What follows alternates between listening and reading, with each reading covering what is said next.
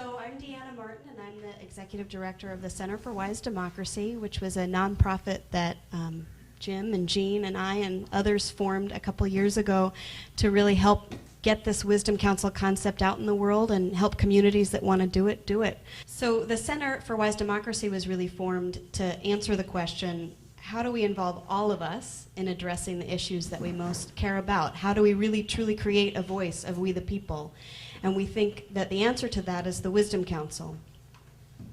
And it's really where we're involving a microcosm of a community in really high quality dialogue and then reflecting the conclusions of that dialogue to the larger community in a way that we think will elevate the conversation among that community and really create some great active and engaged folks in solving issues that that community cares about. And we would define a community as a co-op, as an organization, as a city. We think that really any system can be benefited by this process.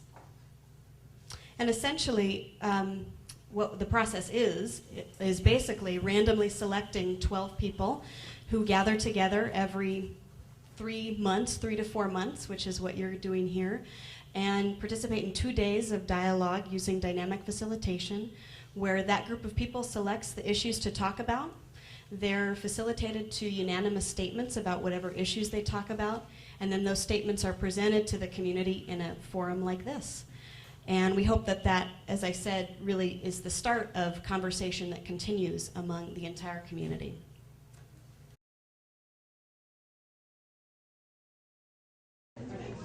So, welcome everyone. If you want to gather in a little closer, we're going to start this drawing, and I'd like to announce the first official event of the Wisdom Council at the Co-op.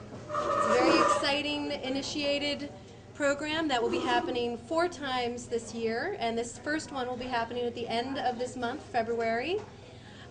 We are fortunate to have Phil Johnson, County Commissioner, and Mayor Catherine Robinson,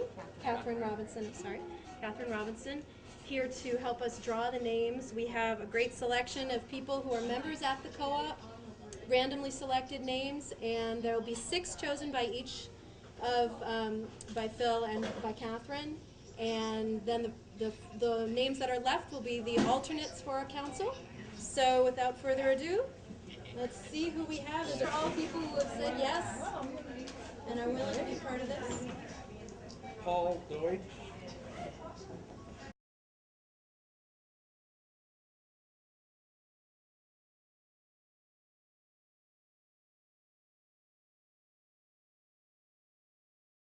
And thank you for all turning out for this great event. I'm happy to see a full, almost every chair filled here. I just want to quickly go over what the rest of the afternoon is going to look like. In a moment, we're going to have the council presentation of their statements. Then we're going to do a small breakout session for groups. For each of you are going to turn your seats around into groups of 6 or 8, and we'll do a process that I'll lead you through. And then we'll do a brief question and answer period. The random selection process began, Sally Lovell began that process. She took the database of 13,000 names and reduced it down to those who are living in Jefferson County and that are still active and voting members, and that turned out to be a number of 4,800.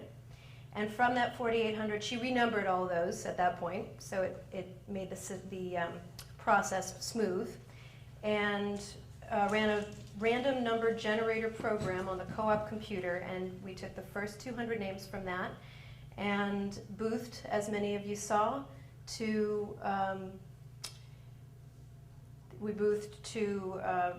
get the word out first, and then we called and sent out letters to all the different 200 names that had been selected. And then within each of those contacts, we had yes cards, so everyone volunteered who wanted to participate. And from that yes pool, we had a ceremony on February 4th with Mayor Robinson and Selectman Phil Sullivan, who picked the 12 council members, 9 of whom are here today, and 5 alternates out of those yes cards. Yeah. My name is Sarah Davis, and I just have to say that this has been such a positive, wonderful experience for me. And I just thank everybody who's helped get it all together. I'm going to read the first statement, and there are 5 of them. We love the co-op. Here's what we're passionate about.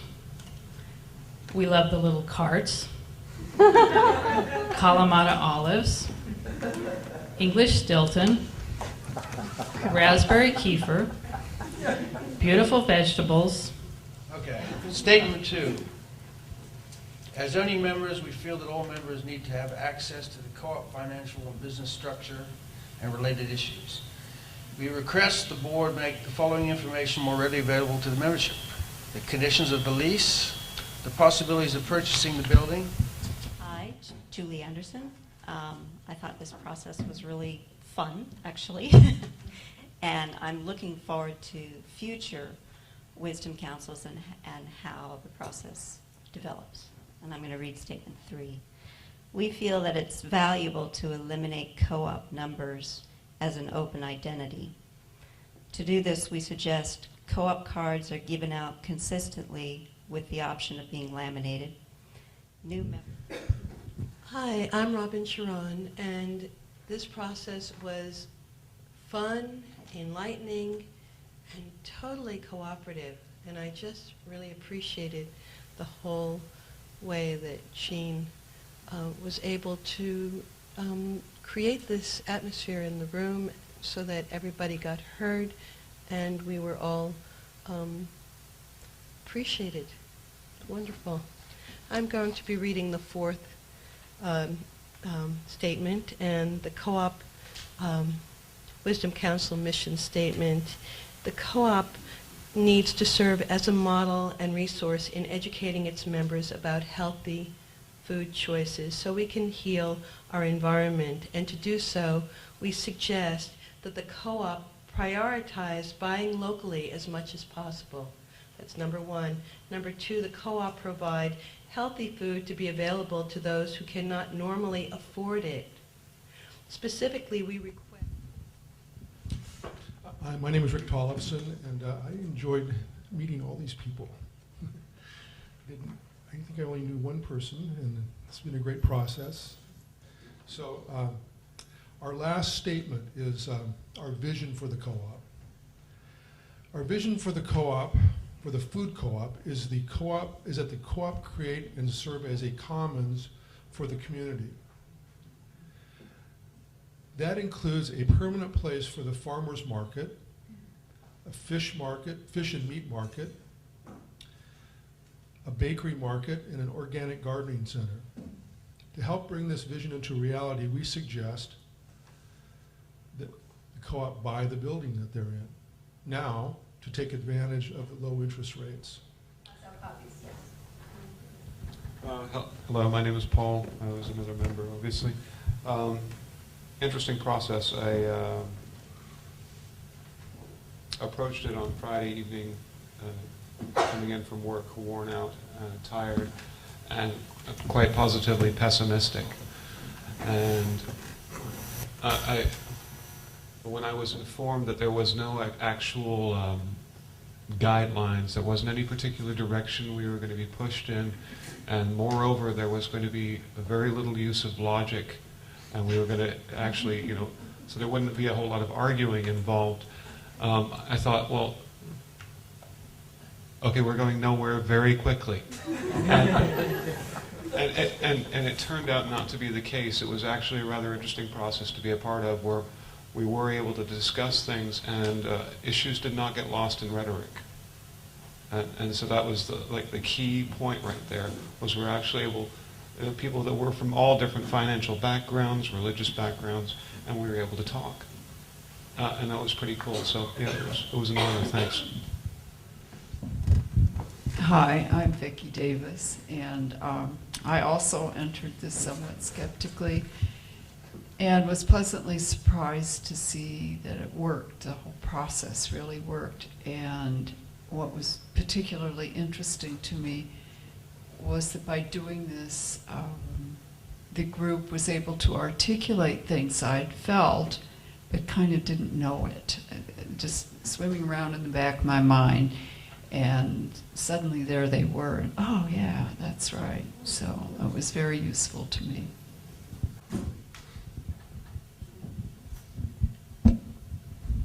Hello, I'm Norma Davidson, and I had heard about the Wisdom Council for a long time from Jim, so I was delighted to be invited to participate. I've learned a lot and appreciate it very much, and thanks to the good facilitation, it was very meaningful. I'm Miller Filippini from Port Ludlow.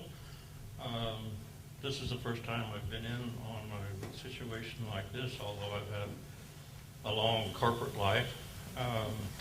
I was quite surprised by the enthusiasm of the participants here.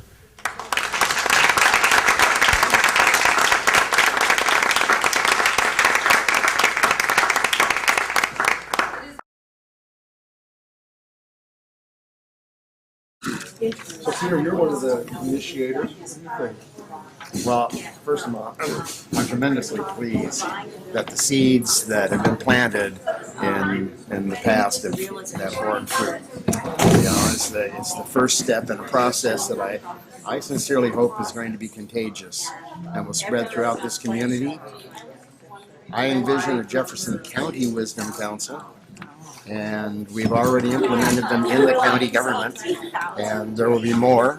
And I would like to see the voice of we the people captured at every opportunity, because we can inform our leaders, participate with our leaders by sharing what we know and what we feel about how our lives should be and how our relationship should be with our governance, our system. And I'm very encouraged by this as a step in that direction. I'm amazed at the depth. I'm really pleased to see the areas that you all covered and worked through. To make it known, you know, I would say that maybe 2% of the membership of the co-op came to the annual meeting, and that was a good turnout. So I think that if co-op members knew, or it was important enough to them to come, then they would find out a lot, and they would be handed that report. You know, I'm running for the board. Don is on the board, just so people know what's going on. I look at this, and it's exactly what I hoped and prayed would come out of this. Because what I find interesting, because I work in the food co-op. I've been there for 20 years. I'm a clerk. I work in the finance department. So I have like a lot of information. And what I find, I think what's really clear here is that we haven't done a good job of educating our members. A lot of this stuff has been said, and it's been in the newsletter, it's been in lots of places, but somehow we're not getting it across that well, and I don't know. Membership education. Right, is really I think important. that's really, really important, and we need to be. But the consensus that we came to, though, was that, you know, it's an expensive process for us to become the detectives and the testers and the scientific people. Other people can do that for us. Something else that it seems like people don't trust the board. I mean, this is sort of bottom line in management. There's like some feeling that they're being controlled, and you know, there's just not trust there. And to me, that's the question. You know. Okay, now cost and what role does it play in actualizing the statements, and was cost a limitation at all in the process? I saw as an ongoing process. Anything else?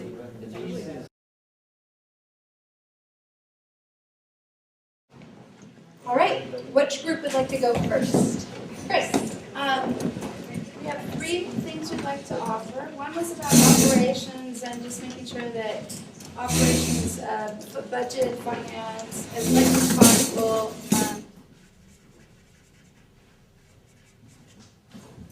Offering. As a board member, I love having this, and I would love to be able to get a copy of what you print up here also. Great, I will definitely do that.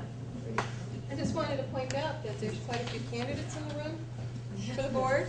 There's 2 board members here in the room. So, you know, people are here and they're listening. And who are those? Yeah. Stand up, Karen. And why don't we have all the current board members, is that okay? Yeah. The current board members who want to stand up and wave your hand and make yourself known.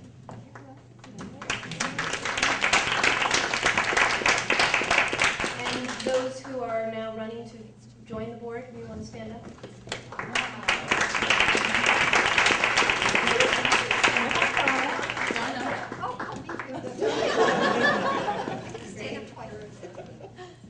Okay, go on. And also that this process is something that builds upon itself, so that what the energy that was created here will go out.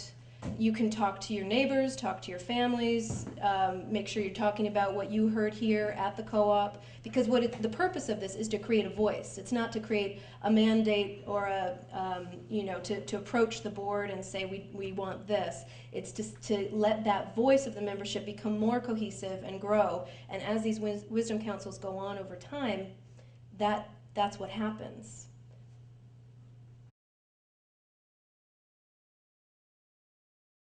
Thank you. Sarah Davis. And Rick Tollison. Thank you again. I'm getting into it. You all did a wonderful, wonderful day. I have a couple more things to say before we break up. I would like to extend a special thank you to Jean Ruff for facilitating today.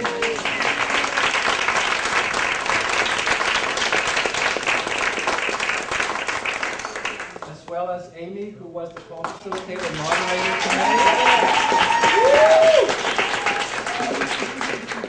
I would like to thank all of you conveners one more time for having made this event possible. You did an awesome job. Thank you. Now, before you leave,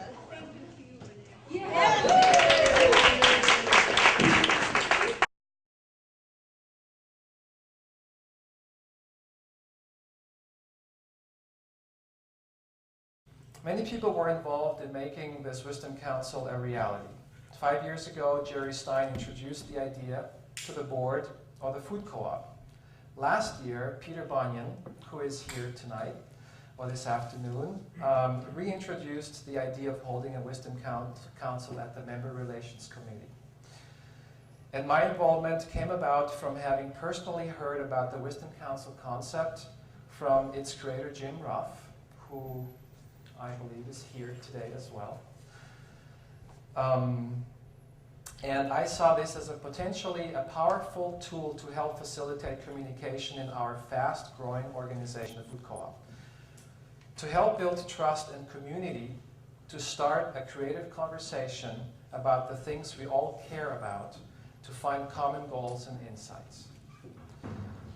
Briar Kolb, who was familiar with the concept of the Wisdom Council, successfully pitched the idea to the board last fall of having a Wisdom Council, and here we are today.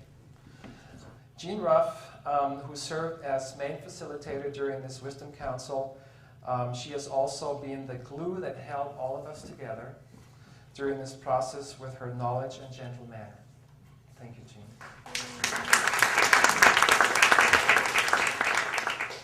Jean is also directly connected to Jim Ruff.